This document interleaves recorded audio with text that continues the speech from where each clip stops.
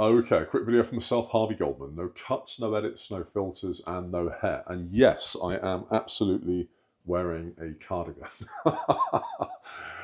It's a bit old manish. I guess I am an old man. It's just comfy and whatever. So today's video, basically stop wasting money on these 10 things, especially if you're already skint. So obviously, for many people in the UK, money is tight. There are 10 things I've identified that you're probably spending money on that you don't necessarily need to be. So let's check it out.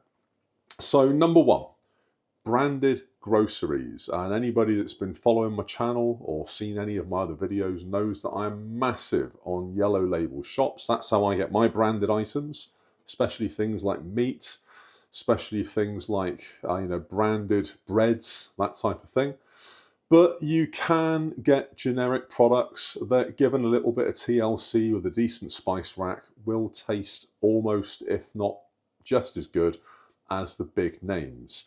Particularly Lidl, Aldi, Morrison's, their own brands aren't actually that bad. So branded groceries, there's your first saving. And I've managed to save around £500 a year just by swapping to non-branded items. So the next one, unused subscriptions. Things like your TV license, if you use Netflix or maybe YouTube, for example, as an alternative, and you don't watch terrestrial television, you don't need to pay for a TV license. So you can get rid of that for a start. There's 160 quid saved. You've also got, obviously, the likes of Spotify accounts. You've got subscriptions to things like Deliveroo. You might have ordered from Sports Direct or something like that. And a lot of these mail order companies, they have like a club where you maybe pay them £10 or £15 a year and they give you expedited postage for the rest of the year. If you don't need it, cancel it. You're spending money that you don't need to. So there are loads of these, but the best advice I can give is to have a look through your bank statements rigorously over a period of maybe 3 months, and this will give you an absolute picture of where you're spending money, and also you might see some things popping up and you think, well, am I still paying for that? Have I still got that? Cancel them off. Meal deals. Now, meal deals are pushed by all supermarkets now as the way to get a cheap, effective and nutrition-dense lunch. Absolute BS. There's no way that a thin cheese sandwich, a small bag of pepperonis and a can of Monster constitutes a good lunch. It's usually £3.50 a day. I mean, some of them are £5.50. I think Co-op's is about £5.50, but certainly most are about £3.50. Do the math on it. £3.50 times by 5 days. Over a month, you're looking at about £70+. So for a start, if you're buying shopping and you're being sensible, take a packed lunch, take a bento box, make your own stuff. Invest money in your own skills, cooking. Take a cooking class, whatever. But don't buy meal deals. They're crap. Name brand energy suppliers. So a lot of us are obviously with the big ones. You've got the likes of EDF, you've got Scottish Power, who are the others? British Gas, obviously they're a big one. There are lots of little companies out there though. You've got other companies like Octopus Energy, and I've heard good things about them. I'm with a company called Utility Warehouse, and they are a little bit more affordable than the name branded ones. And to be fair, energy is energy. Do you care where it comes from as long as it's cheap? I certainly don't. Overpriced insurances, things like car insurance, things like home and contents insurance, even holiday insurance, life insurance, all of it. You will overpay if you don't shop around every single year. Now, to put this in perspective, I had my car insurance quote, which is due for renewal in about 20 days' time, sort of around the beginning of May. I was paying $350 last year, and my partner was paying about $190. They came through with a quote, and they said that we'll automatically basically take payment for this unless you say otherwise. So the quote renewal was £410 for myself, so a jump of 60 quid, and a jump of 25 quid for my partner. So that's almost £100 extra on car insurance. That is not happening. Straight away, jumped on Money Supermarket, and I also jumped on Go Compare, and I kind of played the two search engines, if you like, off against each other. And I've managed to get mine now for £355, so it's only £5 a year more, and my partner's is now £200, so it's only £10 a year more. So instead of paying almost £100 extra, we're only paying around £15. And all it took was a 10-minute search. Insurance companies do get you though, and they will get people. They make millions because people don't check, so do check. Things like buying new tech. Obviously, most of us covet the latest smartphone, the Samsungs, the Apples, and all the rest of it. We covet the latest gadgets, the latest cameras, the latest iMacs, and all the rest of it. You can always buy refurbished. Now, that's not to say that refurbished is any better or worse in quality. Obviously, it's just an item that somebody may have owned for 3 months. It may have had a fault and been sent back. That fault's been fixed. You can buy it with a new guarantee, usually at around half the price. So why would you pay £1,300 for a new iPhone when you can get a refurb for £6.5? Exactly. So you can still get the latest items, but just buy them secondhand or buy them recently owned rather than brand new. It'll be 40 to 60% cheaper, which is quite a considerable saving. And if you don't covet the latest phone, just hang on to yours for about 3 years.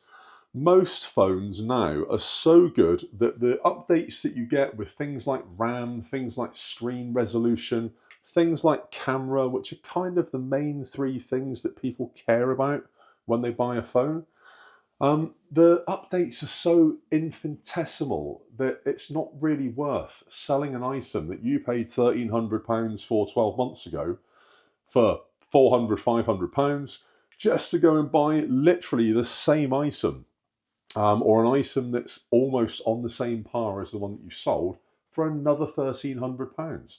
It makes no sense. Now, another one that people may not consider is fast fashion. And by fast fashion, things like high churn, low quality items. You can buy secondhand. Now, despite what it looks like, that's not where this came from. This was actually River Island, believe it or not. And I do feel that I look a bit like a Jedi when I pop the hood up, albeit a very oldie one Kenobi, I think we'll call me. But you can buy secondhand clothing. So things like charity shops are the obvious choice, but there are sites like Depop, like Vinted, like eBay, perfect example. And you can get items that are, again, pre-loved. Somebody may have worn them once, worn them twice, and, you know, bang them in the washing machine, bit of detergent, dry them off, give them an iron. You've got yourself a perfectly good item of clothing for probably very little money. Things like convenience shops, another thing that people don't consider that drains income. Going into things like spa shops, NISA shops, Premier Plus shops, whatever they're called. These are all crap. Yes, they're convenient because they're on the corner, but look at what they charge for their items. I've seen tins of beans at £1.50 for a tin of beans. That's incredible. I pay 33p for mine. I've seen things like tins of chilli at £4. Incredible. Don't go to a convenience shop. There's nothing convenient about what they charge you. The markup is normally about 30 to 50%, sometimes a lot more. Another thing to consider, unused gym memberships. Now, I'm sure there are lots of what I call January people out there, and you know who you are. You're the people that invade my gym every January with all the New Year's resolutions. You hog all the equipment, you dirty the showers, you leave your crap everywhere, and then usually after about 6 weeks, you've lost interest and you've gone. So you probably find that many of these people, and you might be one of them, you might be still paying for a gym membership that you're not using. Or it might be a membership that you don't use enough. And if you don't use it enough, you should probably question, is it worth keeping it? Would you be better off, rather than paying £30, £40, £50 to go to the gym once a week and do an hour workout? Might you be better just cancelling that and going for an hour's walk a couple of times a week for free? Food for thought anyway. I would say probably yes. So another one, and this is an important one, is obviously paying interest. Credit card debt, any debt. Try using zero balance transfer offers. So where you basically can transfer the balance of an existing debt over to one that charges you 0% interest. And these offers do come up annually. There are providers. Capital One was one that was quite big on these back when I took my card out with them. But 0% balance transfer offers are great. Obviously, with any debt, you want to pay off the high interest debt first, because that's the debt that's crippling you. Anything that's 0% interest, or anything that's sort of buy now, pay, in 4 months' time, pay 0%. Don't worry about that. Concentrate on the higher interest debt first, get it paid. And here's a Brucey bonus one. I'll tell you what, cashback apps, things like airtime rewards. O2 do these, for example. Curve website, Top Cashback, Quidco.